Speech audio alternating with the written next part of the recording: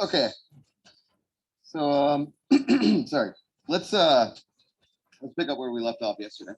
I gave you an extremely detailed and technical definition of what it means to be continuous.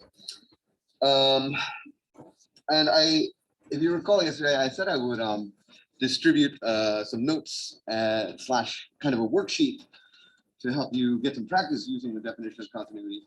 But then I realized that we hadn't gone over the key example that I talk about in the worksheet. So I'll send that out after class today. All right. Okay, so I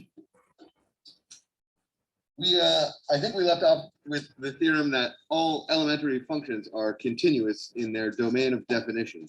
That sounds familiar, right? Is that what we said at the end of yesterday? Okay, good. So if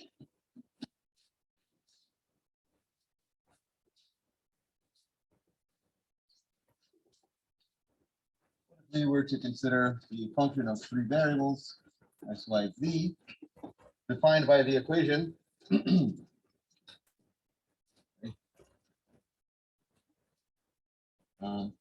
e to the x times y times sine of z divided by 7 plus y times the natural log of x plus z. Describe to me the continuity of this function.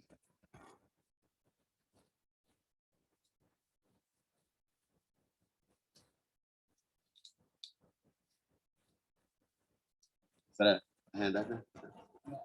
Oh, okay. Sorry. Yeah.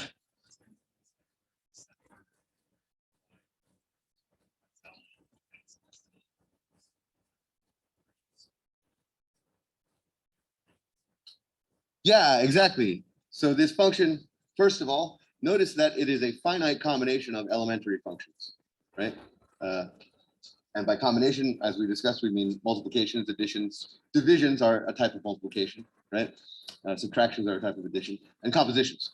So that's how we constructed this function in the first place. Now, this function is not defined wherever the denominator is 0, right? So by our theorem from the end of last time, we know that this is continuous everywhere that is defined because it's made up of elementary functions, right? Exactly as you were saying. So is continuous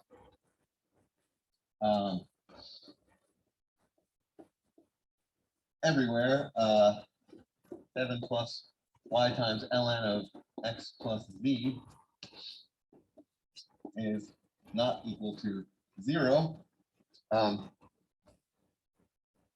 guess technically there's a little bit more we have to say here. X plus z have to be positive, right? Is that what you were going to say? Okay, good. And for x plus z strictly greater than 0, since function is elementary. Now, I feel like I might have slightly misled you when I told you what an elementary function is. In that I said, oh, well, most functions we deal with are elementary. That's true in some capacity, but it's actually quite common to encounter a function which is not elementary, right? So let's try to, we'll look at a particular function which is not elementary and try to evaluate whether it's continuous, or rather I should say where, if anywhere, is it continuous. Okay. So by contrast, let's consider g of x, y. Let me make sure I give you the correct definition of this function. Is equal to x times y squared divided by x squared plus y to the 4th if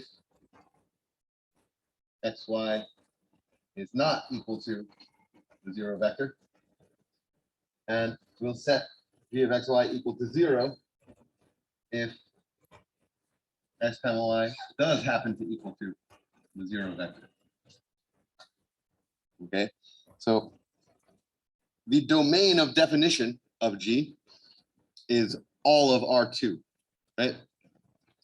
For any vector in R2, I can put that into G and get a real valued output. Yeah. But notice this piecewise behavior is non-elementary, right? So we have to evaluate the continuity of G at the point 0, 0 separately to determine if it's continuous or not at that point. What we can say automatically is that this part of the piecewise definition is an elementary function for where it's defined. So therefore, we know that G is continuous at all points that are not the 0 vector in R2. Okay, so really the only question here is, what can we say about the continuity of g of x comma y at the point 0, 0? Is g of x, y continuous at 0, 0?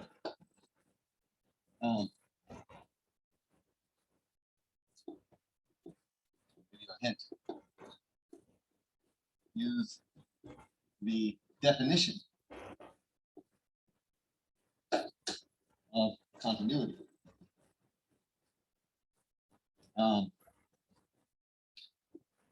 In particular, with the choice of epsilon being equal to 1/4.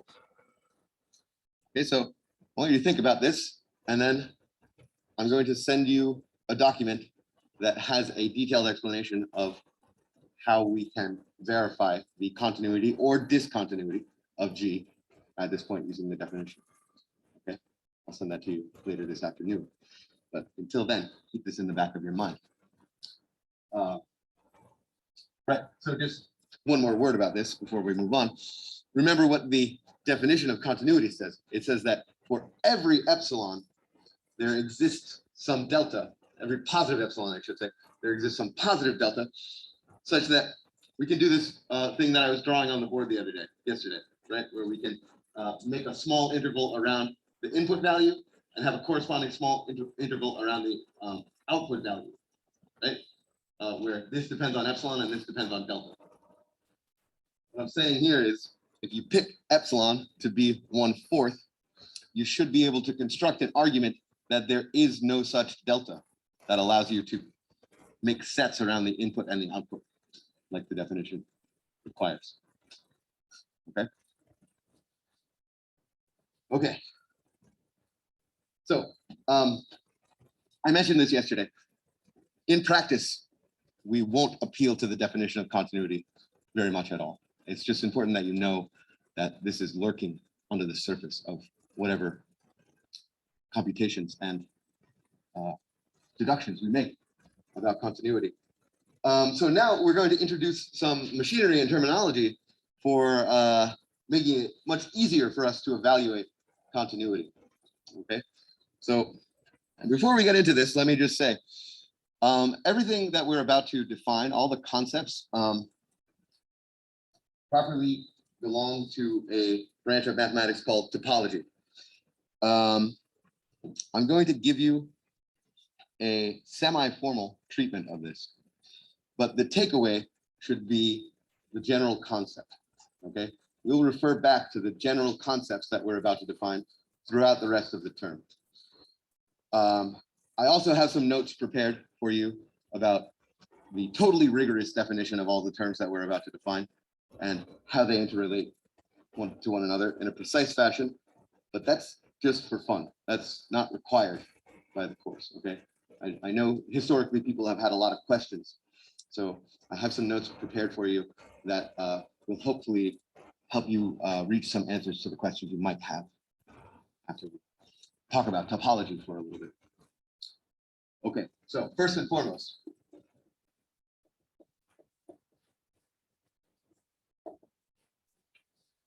let us assume that f hat is a function from E into Rp,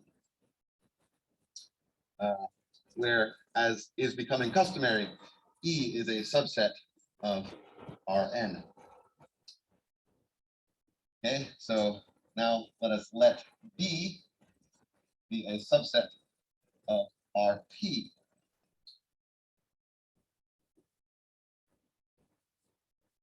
Then the inverse image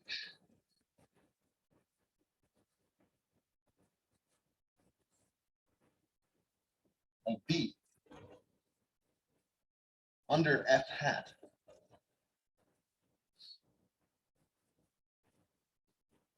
which we denote f hat inverse of B, sorry, denoted f hat inverse of B, is the set of points x hat in the domain E such that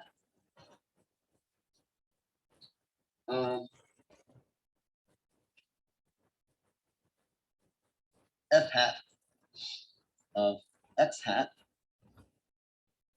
is an element of the set B. Okay, so this is saying we take any subset of the range of our function f. We are often interested in finding a subset of the domain that maps into our chosen set B, the subset of the range. Okay. So we've actually already done some work with a specific example of this type of thing, an inverse image. Anybody have a guess as to where we've seen a specific use of this definition already so far?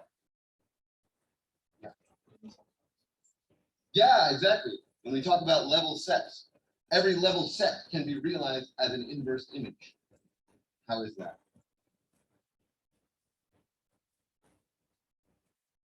That is to say, a level set is an object associated to a function.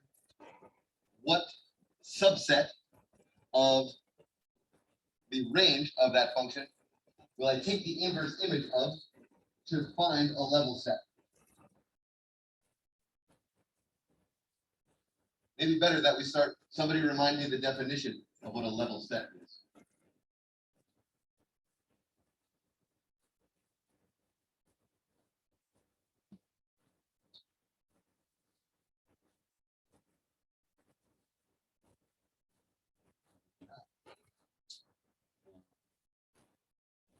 So let's write some stuff down.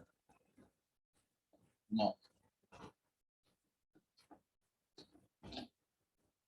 A level set is an example of an inverse image.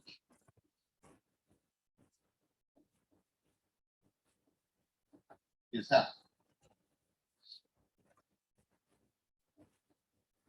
If we let B equal a set with exactly one point in it, right?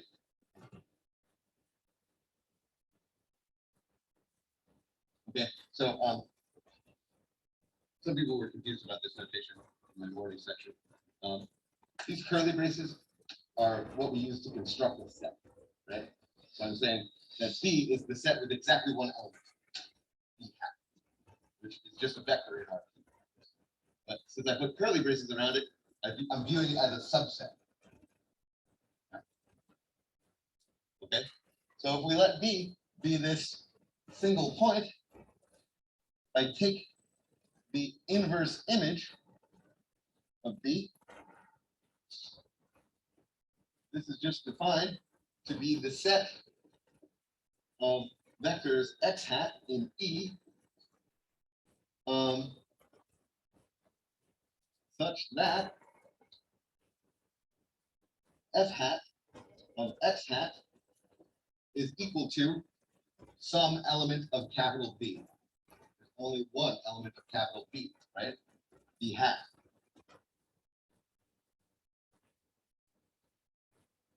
Exactly the definition of a level set, right? The level set of a function at a point B is just the collection of points in the domain that map exactly to B hat. Okay, so we can find level sets as inverse images by just taking sets with only one element in them in the range of our function. Okay. Good. So this notion of inverse image allows us to come up with an alternative characterization of continuity. And yes, it is of some usefulness for determining if a function is continuous, but it also allows us to construct a certain type of set given a continuous function that we will usually be quite interested in. Okay, so let me give you a couple more definitions. First, let me start by asking, what's an open interval in the real numbers?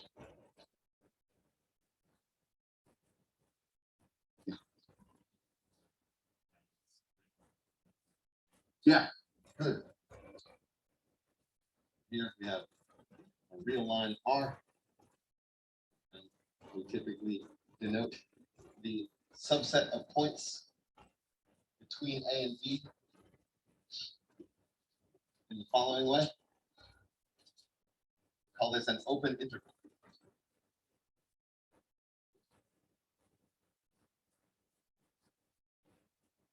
And similarly, or in a related way,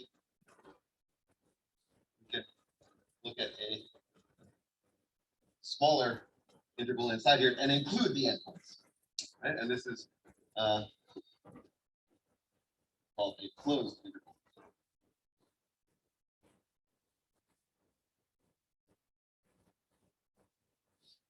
Okay, what I want to do is describe how I can define this notion of open and this notion of closed in Rn in any dimension.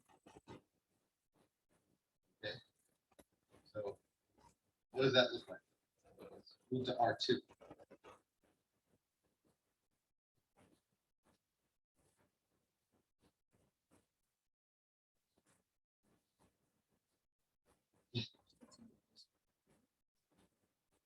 Okay.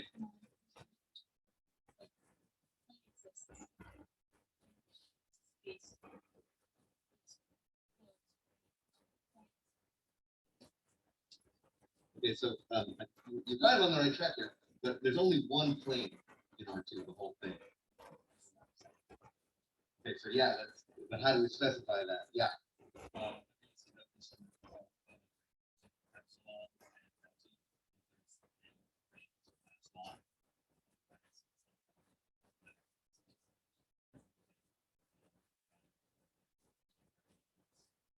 Okay, so you mentioned continuity, but for just the notion of open and closed, we haven't introduced any function. We're just talking about a property of all of R, or all of R2, or eventually all of Rn. So when I first asked you what is an open interval, you said not including the boundary. So what it means to be an open subset of R2 means some region of the plane which does not contain the boundary. Okay, so and when I draw a region of the plane, if I make the boundary a dashed line, that'll be our convention for it not being included. Okay, so for example, I could just take circular region centered at the origin. Right? So all this open ball, and this one in particular is centered at the origin, and let's just say has radius r. Open ball centered at the origin.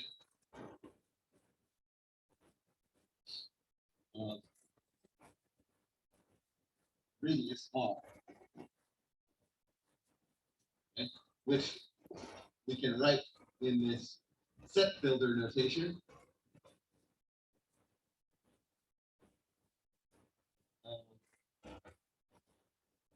This is equal to the set of all points x, y in R2,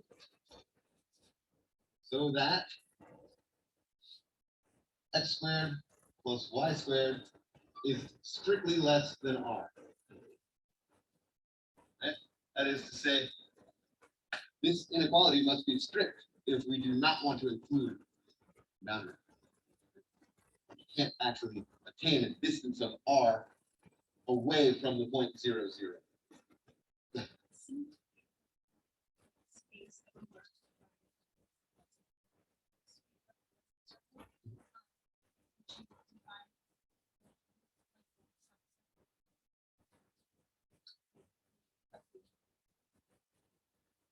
So you can specify a region of any shape you like and not include the boundary, and that will be open. For example, like just draw this square without the boundary, and that defines an open set. I could do something even more exotic. Maybe I take a circle over here and another circle inside it, and I don't include the inside of the inner circle. To make it like a donut.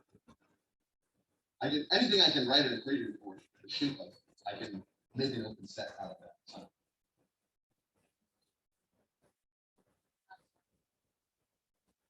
Yeah, that's fine. You can have something like this.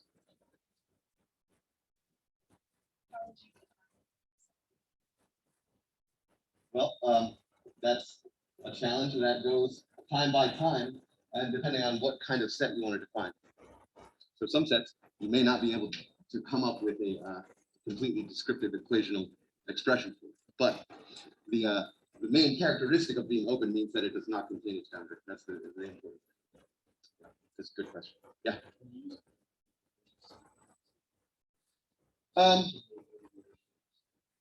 Sure. Yeah, you can any way you can describe, not even by equations, any way you can describe a subset of the plane, you can construct some open set about that set. Right? All it has to do with is containing the boundary or not. Okay. Okay. So all these are open. How about this set down here? Looks like circle not as a dash line. It's closed. Yeah, it's just like how when we contain the boundary, we're closed in terms of intervals. Right? So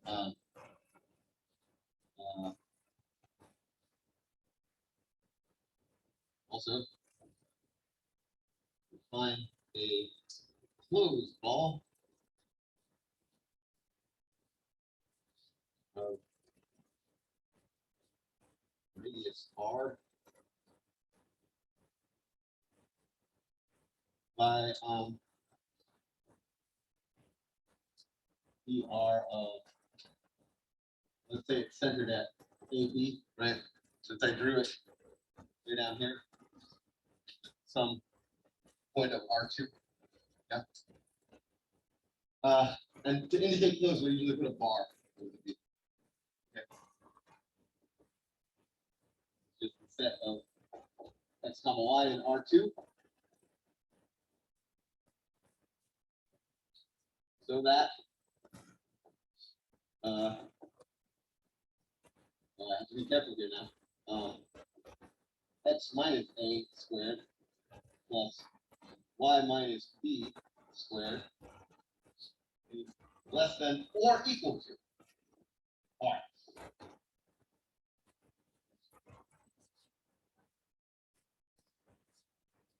It's still minus. The sign is encoded in whatever the signs of A and B are. Right, we're calculating the magnitude of the displacement vector from this point to any point on the interior of the circuit, or to up to and including the boundary. Yeah, good. Okay, so let's quickly return to R for a second.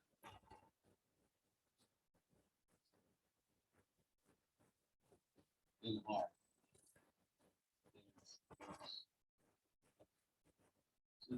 On a 5, open or closed.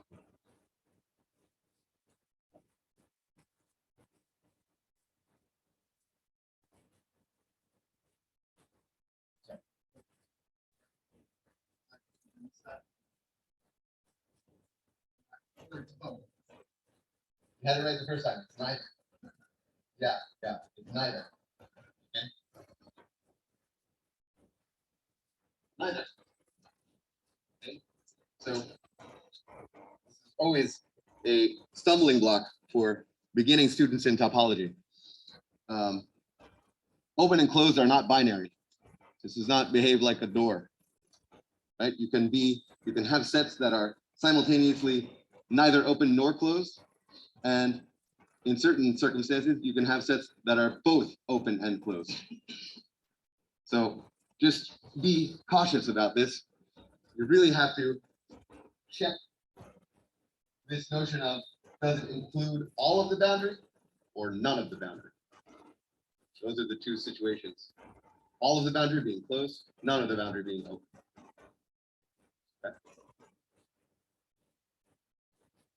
Okay. So, I mean, somebody give me an example. Just describe it. Yes.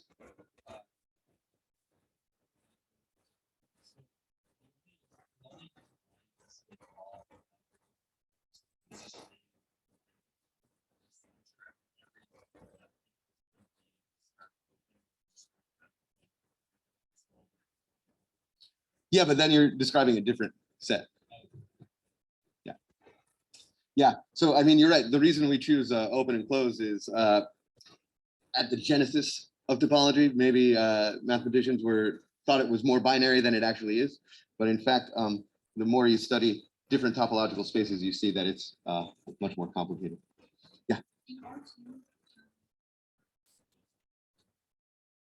That's what I was just going to ask the class. Yeah. Yes.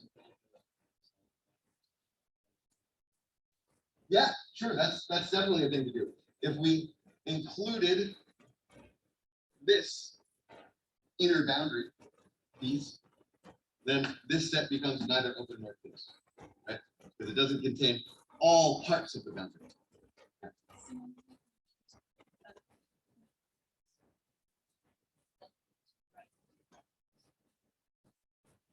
You mean in R2? So, okay, let me take a point on the x-axis. Describe to me what you want to do now.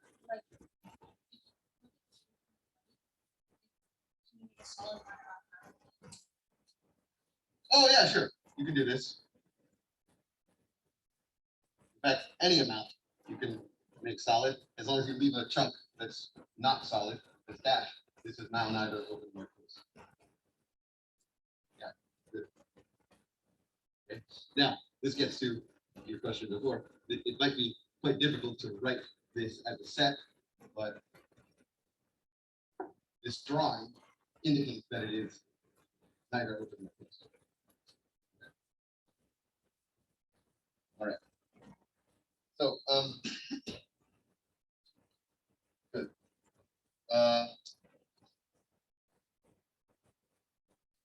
So,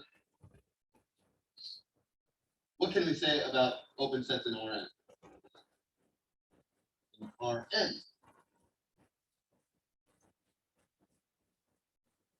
an open set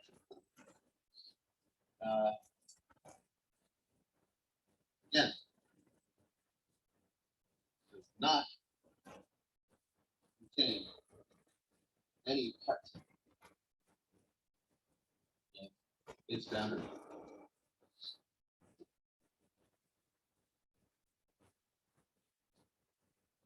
Not contain any part of its boundary. Okay, and so the definition of open ball generalizes to arbitrary Rn, right? So what's yes? Let me show you. Here's an open ball.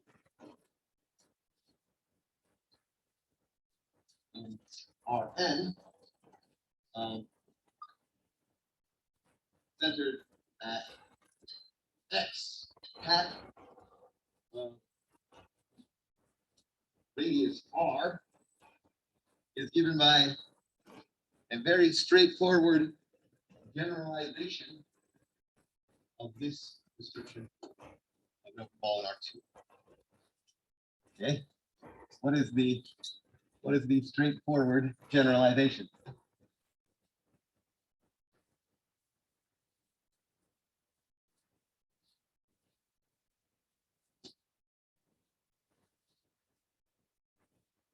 Let me tell you. So, B sub r centered at x hat is equal to the set of I guess I'll switch to points p hat in Rn. I'm sorry, we're not going to use this notation. So that the magnitude of x minus p is less than r. Okay. How do I compute the magnitude of x hat minus p hat? It's just a formula from vector algebra. Yeah.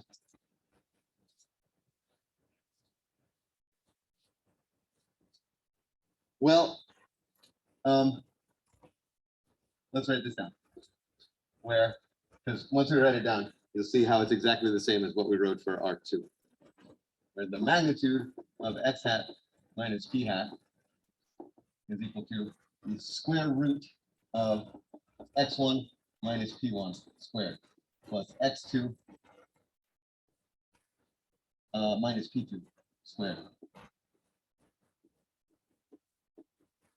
all the way up to xn minus pn squared, right? So not exactly what you were saying, right? First, we calculate the displacement vector and then take the magnitude of that.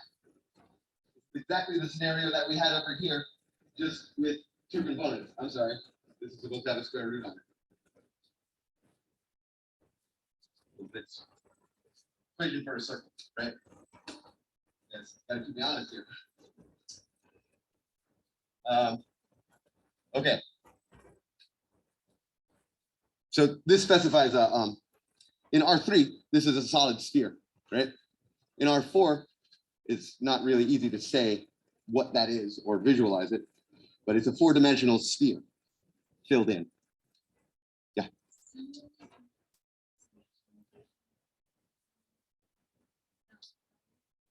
You mean just put a summation under the rad? Sure, that's fine. This is the least symbol to write. I don't know. You can for any shape. That depends on what you mean by shape.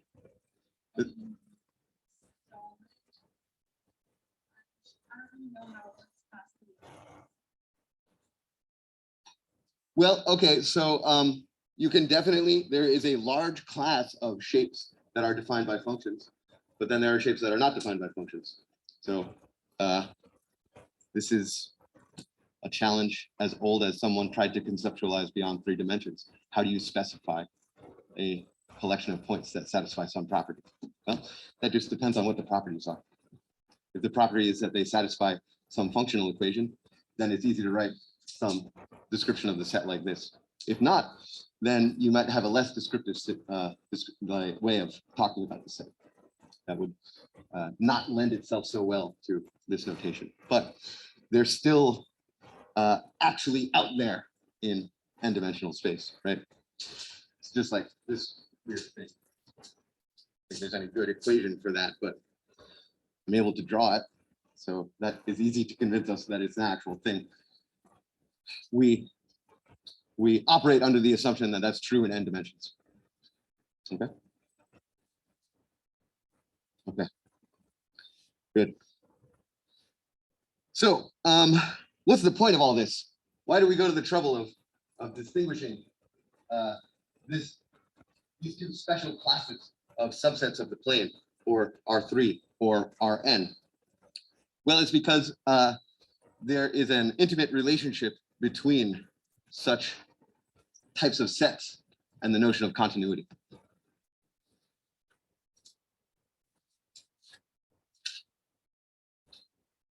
Okay, so here's a theorem.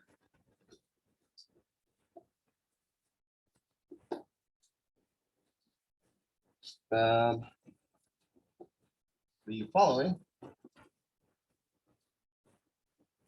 are equivalent.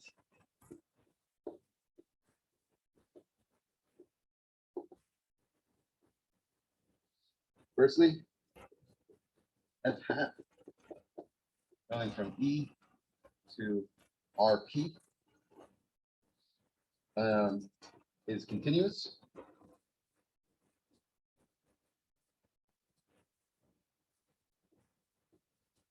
Secondly, for every open subset of RP, let's call it U, a subset of RP. The inverse image of U under F is the intersection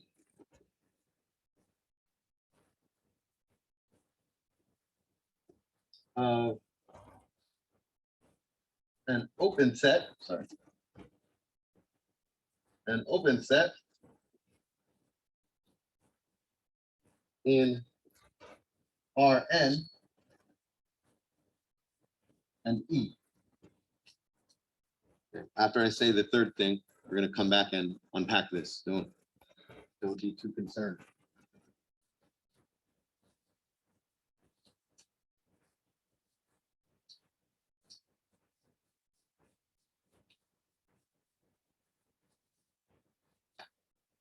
Okay, and the third thing, for every closed subset, C in RP, the inverse image of C under F is the intersection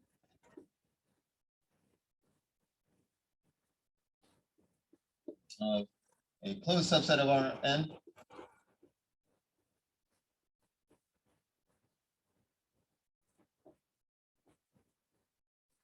and E.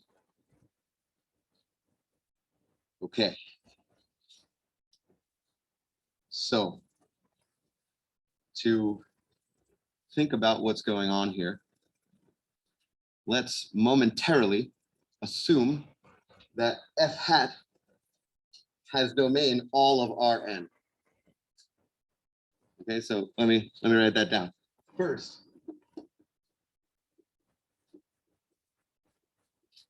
think of what happens when E is equal to all of Rn, right? Typically, we regard E as some subset of Rn, but just to start thinking about this, let's assume that our domain is all of Rn. Okay.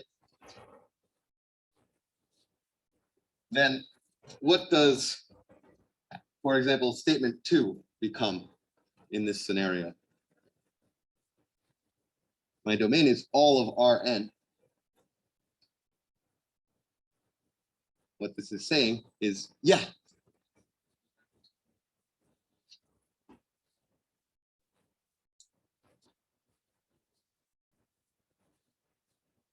the inverse image. It's not all of Rn. It's an open set, right? I have this extra clause at the end that the inverse image of U is the intersection of an open set in Rn and E. If E is all of Rn, then I just get some open set, right? Think of what happens when E is equal to Rn. Then 2 becomes F is continuous if and only if F hat inverse of U is open for all U subsets of RP. Open.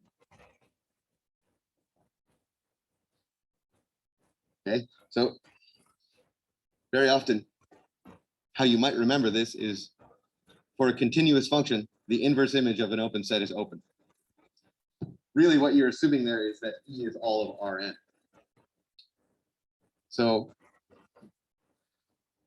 can anybody explain to me why we add this clause about the intersection of an open set with E when E is not necessarily all of Rn?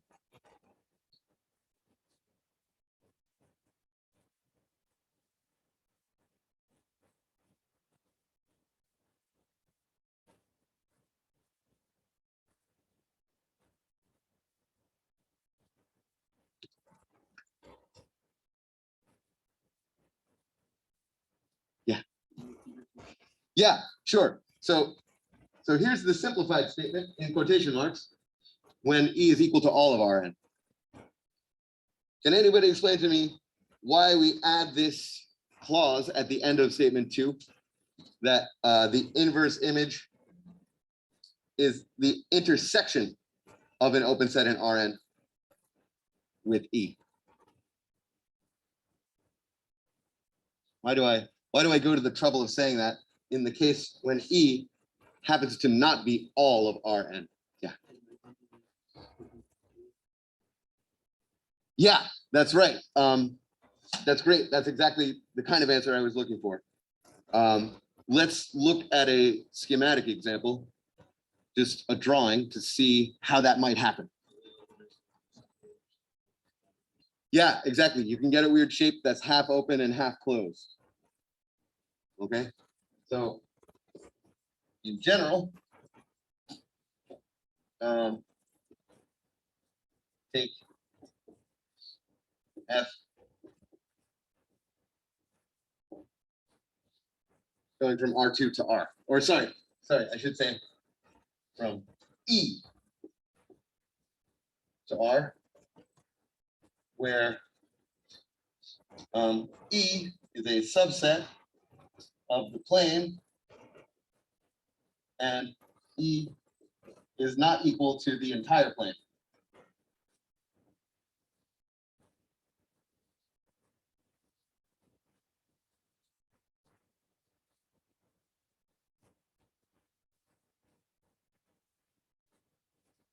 Okay, so here's a picture.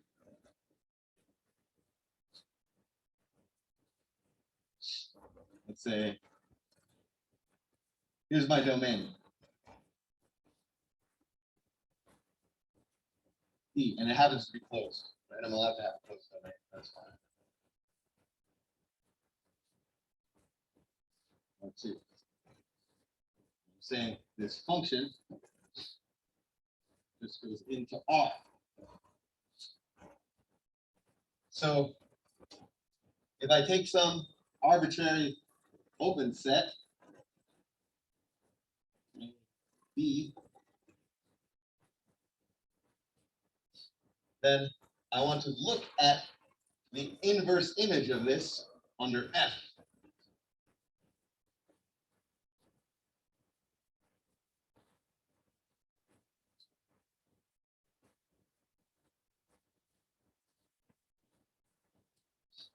And it's quite possible that this will give me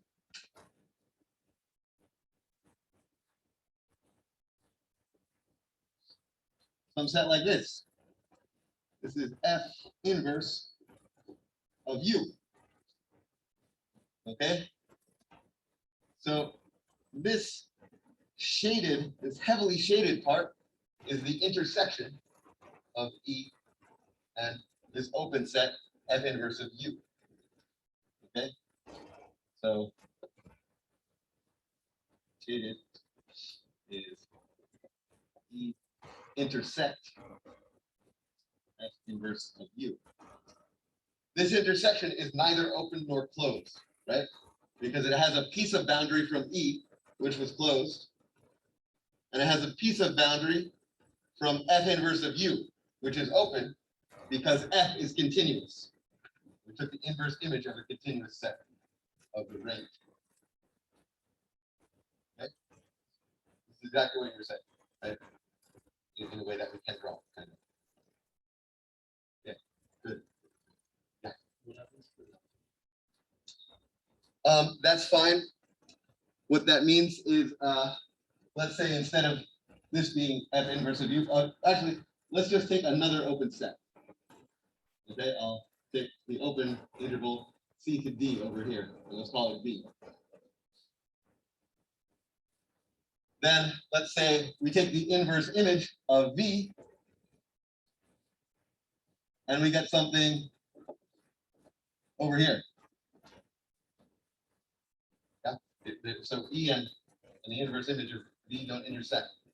This means that E intersect the inverse image of V is equal to what? Depends on what you mean by 0. The empty set. Yeah, so this is notation for the empty set. The empty set is the set with no elements. Now, does a set with no elements contain its boundary? No, and yes. There is no boundary. How can it not contain something that's nothing? The empty set is both open and closed. But the empty set, the important part for this definition, or this theorem, is that the empty set is open, right? So we took the inverse image of some open set of R, and we got something that does not intersect with E. So when we take the intersection, we get the empty set, which is open. So no problem.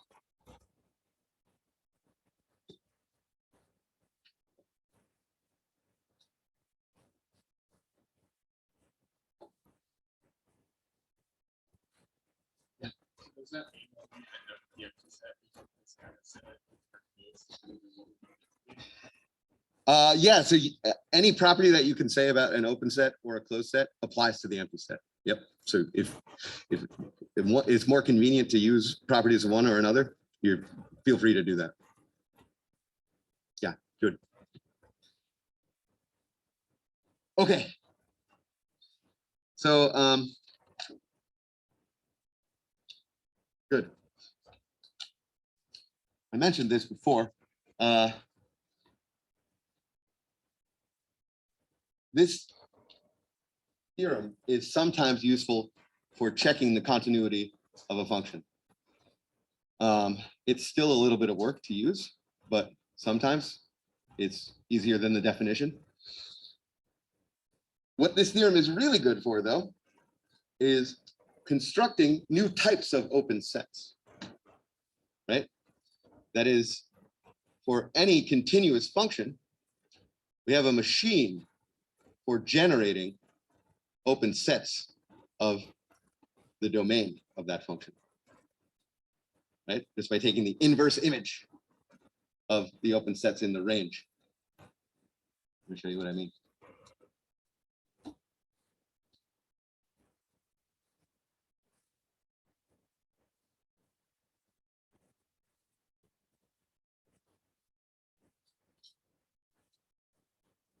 All right, so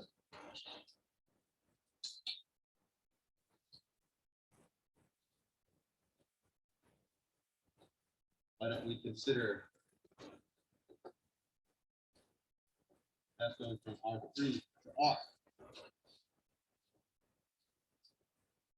given by the following formula. F of x, y, z equal to x, f equal y plus z squared. What can we say about the continuity of this function?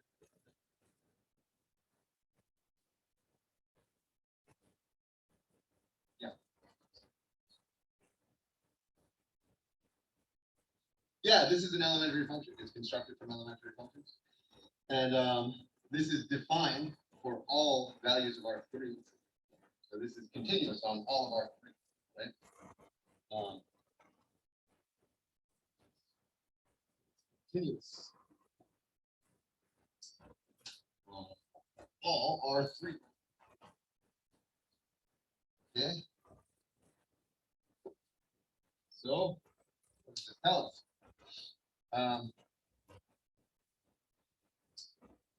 We know, for example, that the inverse image of the interval 2 to 5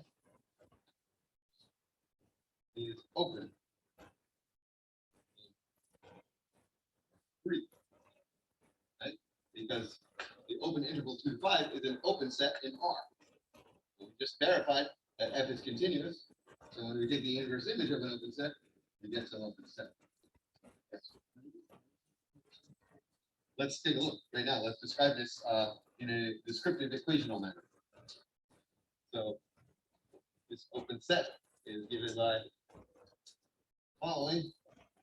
It's the set of all x, y, z in R3, so that 2 is strictly less than x times e to the y plus z squared is strictly less than 5. Okay, so basically what we're looking at is some portion of the graph of this function. Yeah. Okay, let's take a minute to remember what we discussed. I forget if it was Monday or yesterday. This is a function of 3 variables with a single real output. Where does the graph of this function live?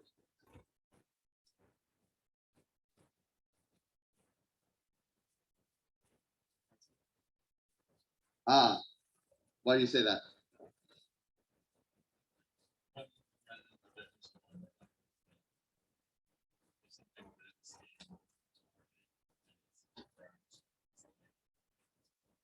Okay, that's not quite what we said. Yeah. Yeah, it lives in R4, right? It's n plus p is the ambient space that the graph is in. And then when we actually look at a part of the graph, what does it look like? It's a what kind of dimensional object? It's a 3-dimensional object. Yeah, so maybe this is where the confusion comes from, right? There's a difference of the space that you need to draw the graph and the actual object itself. The object itself is 1 less dimensional than the ambient space that you draw. Okay? So, in other words, we're describing some section of the graph, this 3-dimensional object sitting in 4-dimensional space, as bounded by the values of this function on this interval. Okay, that's what we're doing when we look at the inverse in this scenario. Now it's not easy to impossible to actually visualize what this thing is, right? But so this is related to our discussion earlier. It's like, okay, I don't know how to draw this or really what to think about this, but I know it's an open set, right? This is one of these fundamental topological properties that we care about for lots of reasons, and we'll see how that applies to calculus over much of the rest of the term. Okay.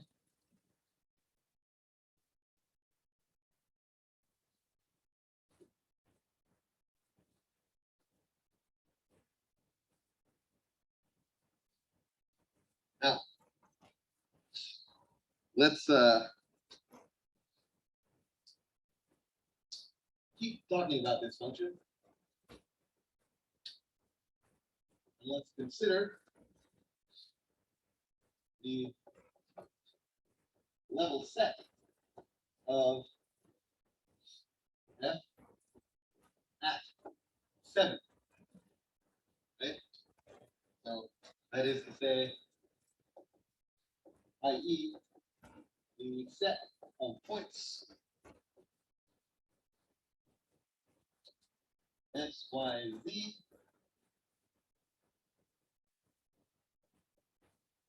satisfying x times e to the y plus z squared is equal to 7. Or written another way, I can specify this as the inverse image of the set with one element, 7. Right? Now, we've already justified the fact that f is continuous. What does that tell us about the status of the single element set 7 when we take the inverse image of it? Is open, closed, neither, both? Open. Why is that?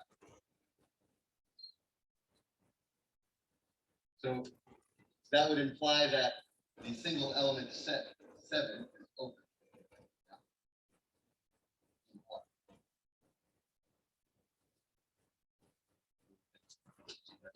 Yeah. Yeah, exactly. 7 is the boundary of this set with one element. It's the only element in the set. So since by definition of the set just contains 7, it must contain the boundary. Right? So here's perhaps a more succinct way to write this. Since the single element set containing only 7 can be thought of as the closed interval from 7 to 7.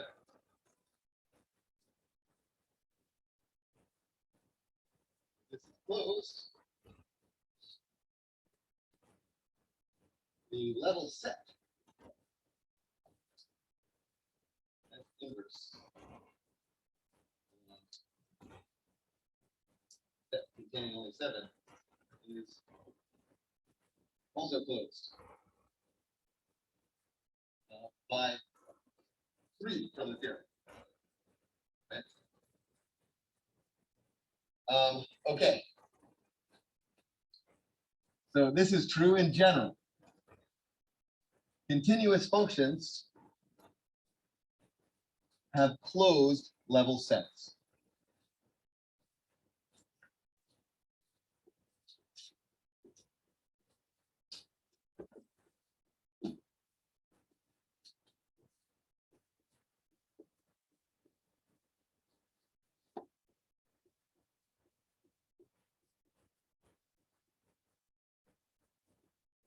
That's the takeaway from that investigation.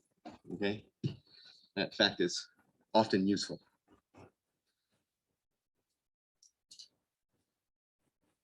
All right. So one more set of topological definitions, and then we'll state a theorem that is a vast generalization of a theorem that you know from Calculus 1. Okay.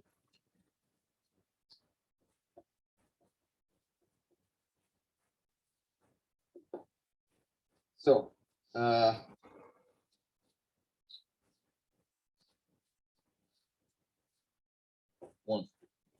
subset of Rn is said to be bounded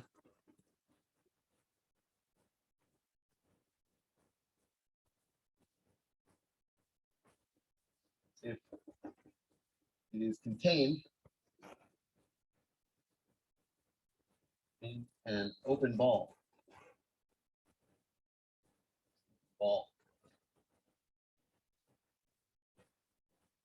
of some radius.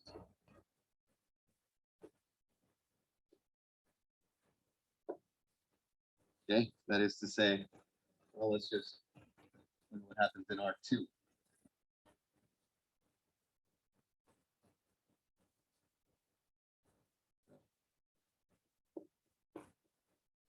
Here's a subset of Rn. It is. This is just some subset of Rn. And is this bounded or not? Yes, because we can construct an open ball that contains it.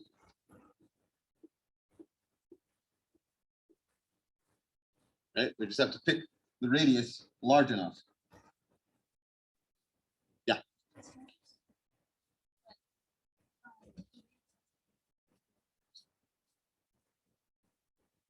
Yeah, we're working only with reals here. Okay, one more quick example. Let's say I take everything to the right of the y-axis. Is this bounded or no? No. Yeah, good. Because no matter what size, this should be open, sorry. No matter what size ball we take, we'll never contain everything on the right, right? Because this goes off to infinity. Okay. Yeah.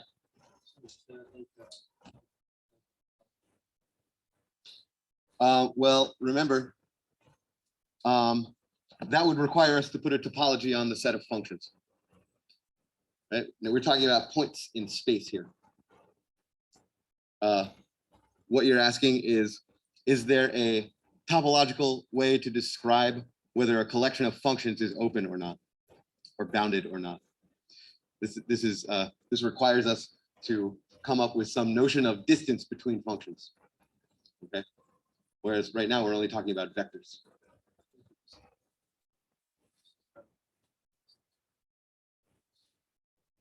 Yeah, but you're asking about a collection of collections of points, right? If you take a function as a specific set of points, you are asking a thing about a collection of functions, which is a collection of collections of points. That's different.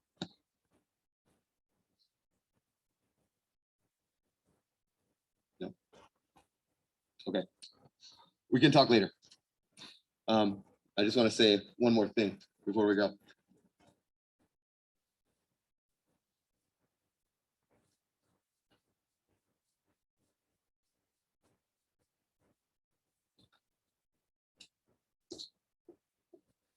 A subset of Rn, let's call it C, is compact if it is both closed and bounded. Okay, so what's an example of a compact subset of R? Yeah. What kind of circle? A closed circle. Are you including the inside, the interior of the circle or not? Is it a disk or is it empty inside? Okay, so yeah, a closed disk is a compact set in R2. What's a compact set in R? Yeah. Yeah, just a single point, which is a specific case of a closed interval, right? As we were just saying before. Any closed interval in R is a compact set. In fact, this is the prototypical compact set in the real numbers. Okay, so Monday we'll state the theorem that relies on this notion of compactness. Have a good weekend, and I'll see you all on Monday.